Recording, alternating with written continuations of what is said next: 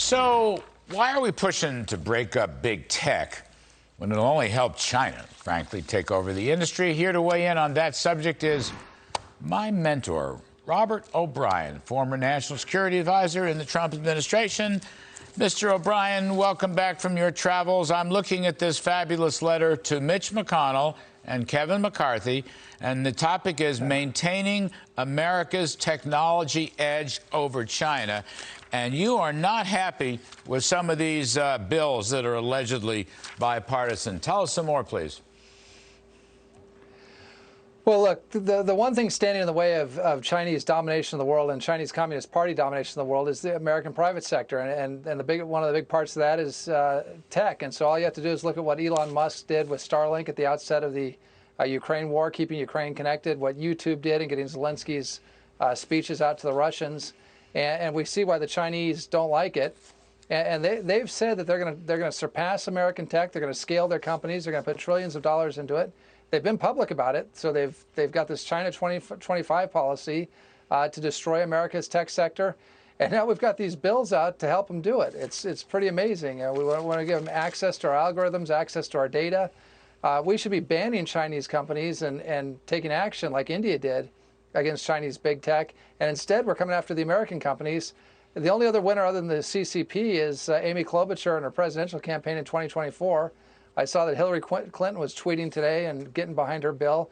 So why any Republicans would be behind this anti-business approach is confounding. So that's why you and John Radcliffe, our great former director of national intelligence, Chris Miller, our former acting secretary of defense, who is just a terrific guy, Allison Hooker, who ran Asia at the NSC, and many others have signed this letter to try and stop this legislation from taking place. Yeah, I mean, this is the civilian equivalent, Larry, of what Obama did to the Navy and what Biden's trying to do to the Navy, where they cut 20 or 30 Navy ships this year. At the same time, China's building more and trying to invade Taiwan. I mean, this is the civilian equivalent of what we're doing in the Navy. It makes no sense. You're saying in this letter, the Klobuchar bill, which has Republican sponsors in the Senate and the House, that would let them get into our, as you say, our tech algorithms. Yeah. You mentioned ByteDance, Baidu, Tencent, and so forth. I mean, you're right. They should be banned, I think, the way the Trump administration banned Huawei, and it was a great success. But they're all eavesdropping. Yeah. You give them an inch, they take 100 yards, et cetera. So what specifically, for our viewers, what specifically is Klobuchar allowing? Well, she's going to allow these other tech companies to come in and get access to all the data that the existing tech companies have. So she's basically saying if you're a tech company and you've developed data or you've developed an algorithm or technology, you've got to share it across the board. And that includes for Russian companies, for Chinese companies. I mean, I don't see any reason why the North Koreans and Iranians wouldn't come ask for the data as well. And it can't be fixed. They've tried to fix it. And I understand why conservatives are mad at big tech. Look, I'm mad at big tech. The censorship of conservative voices and the left-leaning nature of big tech has not been good for the country. But nothing in these bills is going to put President Trump back on Twitter. It's not going to take care of any of the censorship.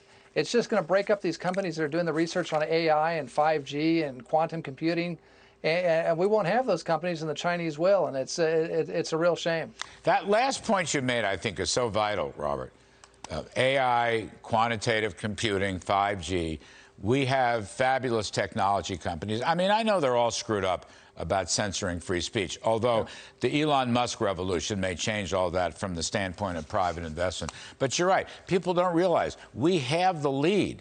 Why give the lead up? Why let these Chinese companies into our technology lair, if you will? I want to keep them out. Absolutely. That's what the Indians did. The Indians banned 400 apps. We couldn't even ban TikTok. But listen, the market, as you and I both know, and this is as Reagan Republicans and Trump Republicans, we know the market takes care of things. So you look at Elon Musk buying Twitter. I hear Truth Social, the former president's platform, is doing quite well. And look at Netflix. Investors have pummeled Netflix because they want Netflix to spend their hundreds of millions of dollars on fun programming and movies like Top Gun.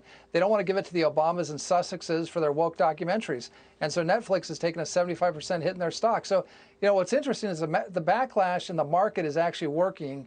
And we can have some targeted government, reaction to the censorship. But let's not kill our tech companies that are doing all the great research for this country and keeping us ahead of the Chinese and hand that over to Beijing. That's a bad idea. Yeah, well, free markets will punish bad ideas. Robert O'Brien, one last thing before we lose you. There's a pretty healthy debate in the Biden administration about ending the Trump tariffs on China. Is this the time, in your judgment, to end the Trump tariffs on China? It's a terrible idea. The tariffs are the only things that have worked against China in 30 or 40 years. And the Chinese are having their own problems with their economy. Why would we throw the Chinese Communist Party a lifeline at the very time that they're hurting? It's not going to help with inflation. If we want to help inflation, you've had it 100% right from day one, Larry. Let's cut taxes. That'll help with inflation. Let's cut spending. That'll help with inflation. Let's finish the Keystone XL pipeline. That'll help with gas prices. Let's get these oil and gas permits and leases through and stop punishing our producers, get them to produce more.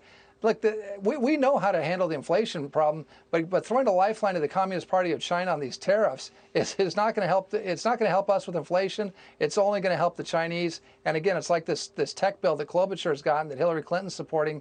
I mean, they're going to be champagne corks popping all over Beijing if this happens, and we're going to get no benefit here in America. That's the thing. You know, Robert, we get nothing in return. There'll be Chinese will give us nothing, okay? And that sort of one-sided negotiation ended with President Trump, okay?